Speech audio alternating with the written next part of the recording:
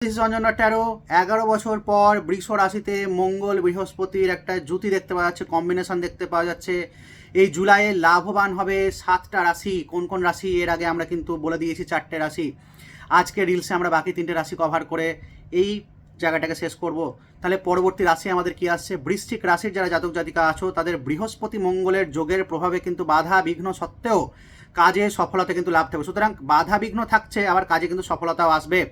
ব্যবসায়ীদের কাছে প্রচুর কাজ থাকবে, এর দ্বারা লাভ হবে। বৃশ্চিক রাশির জাতকদের কিন্তু লাভ কিন্তু পাচ্ছে। পাশাপাশি ব্যবসায় পরিবর্তনের কথা চিন্তাভাবনা করতে পারো এই রাশির জাতক জাতিকা যারা আছে। বহুদিন থেকে চিন্তাভাবনা করছিলে যে আমরা ব্যবসাতে এবার একটু চেঞ্জেস দরকার, ঠিক আছে, তারা কিন্তু এই চেঞ্জেসগুলো কিন্তু করে নিতে পারবে। নতুন কোনো ব্যবসার তৈরিও করতে পারো, যোগ দিতে পারো।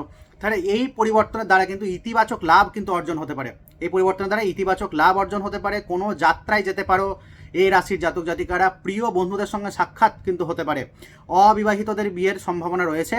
আবার বিবাহিত জাতকরা স্ত্রী দ্বারা কিন্তু লাভান্বিত হতে পারে, ঠিক আছে, স্ত্রীর দ্বারা কিন্তু লাভান্বিত হতে পারে এবং সংসারে সুসংবাদ আসতে পারে।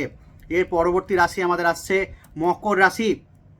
মকর রাশি কিন্তু জুলাই মাসে যে শুরু হচ্ছে এই যে যোগ, ঠিক আছে, এই যে 11 বছর পর বৃষ রাশিতে যে মঙ্গল বৃহস্পতি যে জুতি তৈরি হচ্ছে, তাতে কিন্তু মকর রাশি জাতক জাতিকা কিন্তু গুরু মঙ্গলের যোগে এই রাশি জাতকদের কিন্তু আশীর্বাদের চেয়ে কোনো কিছু কম নয়। ধন লাভ এবং উন্নতির যোগ কিন্তু দেখতে পাওয়া যায়। বিলাসবহুল জিনিসে অর্থ ব্যয় হতে পারে, ঠিক আছে, বিলাসবহুল জিনিসে কিন্তু অর্থ ব্যয় করতে পারো এই রাশি জাতকরা। বিবাহিত যারা আছো তাদের স্ত্রী ও সন্তানের দিক থেকে কিন্তু আনন্দিত বা আনন্দের কোনো খবর তোমরা পেতে পারো।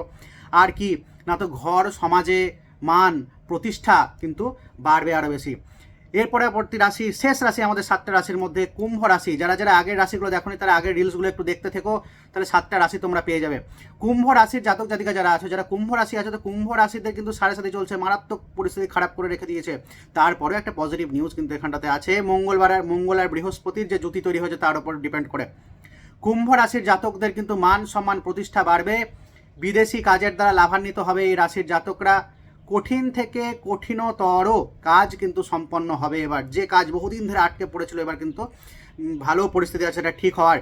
আর কি না, তো বন্ধুদের কাছ থেকে পূর্ণ সহযোগিতা কিন্তু লাভ করছে কারা না, তো কুম্ভ রাশির জাতক জাতিকারা। বন্ধুদের সাহায্যে বড়সড় লাভ অর্জন করতে পারে। তবে এই সময় স্বাস্থ্যের বিষয়ে কিন্তু কোনো গাফিলতি করা যাবে না যারা কুম্ভ রাশির জাতক জাতিকা। সুতরাং এত কিছু ভালোর মধ্যে থেকে কিন্তু একটু খারাপ দেখতে পাওয়া গেল কি না, তো স্বাস্থ্যের দিকে প্রত্যেকটা রাশিকেই বলবো আমি খেয়াল রাখতে। তো সবাই ভালো থাকো, সুস্থ থাকো। যারা যারা এই রাশিগুলো আমি বললাম 11 বছর পরে যে বৃষ রাশিতে মঙ্গল বৃহস্পতির কম্বিনেশন যে জুতি তৈরি হয়েছে, তাতে 7টা রাশির ভালো ফল তোমরা পাবে। যারা যারা দেখছো তারা আগের রিলসগুলো দেখতে থাকবে, দেখবে 7টা রাশি পরপর একদম দেওয়া আছে কোন কোন রাশিতে ভালো ফল পাওয়া যাচ্ছে। আরও গুরুত্বপূর্ণ টিপস এবং এরকম ভালো ভালো খবর বা অ্যাস্ট্রোলজিক্যাল নিউজ জানতে রিলসগুলোকে ফলো করো, আমাকে ফলো করতে পারো। আর প্রচুর প্রচুর টিপস অ্যান্ড ট্রিক্স থাকে আমাদের ফেসবুক পেজে। আমি লাইভ আছি, তোমরা ওখানে ডাইরেক্ট আমাকে প্রশ্ন করতে পারো। সবাই ভালো থাকো, সুস্থ থাকো। জয় মহাকাল, জয় মহাকালী, হর হর মহাদেব।